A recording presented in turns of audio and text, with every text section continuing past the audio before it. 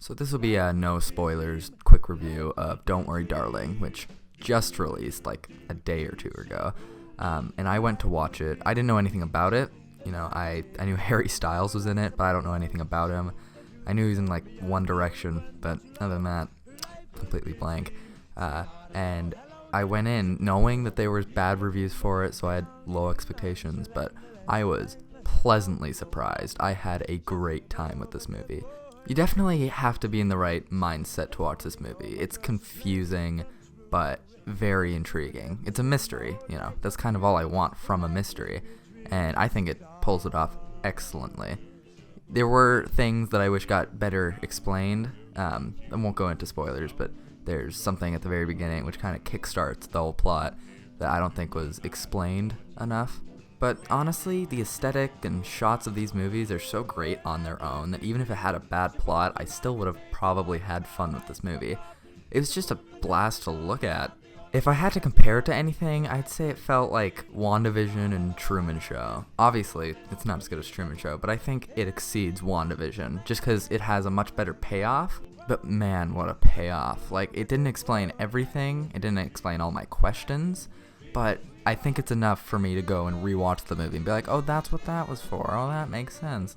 You know, those things after a twist. You know, won't get into spoilers, but I think it was excellently done. One of the biggest free marketing of this movie, I'd say, was Harry Styles. You know, could he act? Is he actually going to be good in this movie? And I'd say he was pretty good, mostly.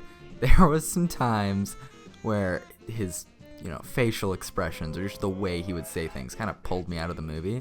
But if I didn't know anything about him, if I didn't know he was like some pop star or whatever, I don't know, he would just feel like an okay actor to me. But Florence Pugh probably gave the best performance of the year so far. Like, she felt like she was going crazy and that she was horrified the whole way through, and I just so badly wanted her character to get out of this alive. Chris Pine did a good job, but overall, I think his character was a bit forgettable. He felt like a villain of sorts, but I didn't really feel it, and they kind of dropped it halfway through.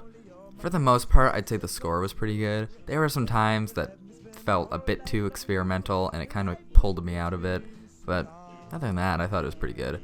This is definitely one I have to rewatch soon, just to get a grasp on things, to really see if it's as good as I think it is. I was thinking of giving it a 9, but right now I'll just give it an 8 out of 10.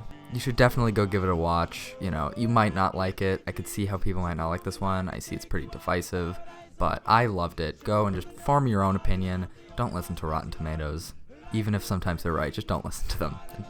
Use Letterboxd instead, okay? Okay.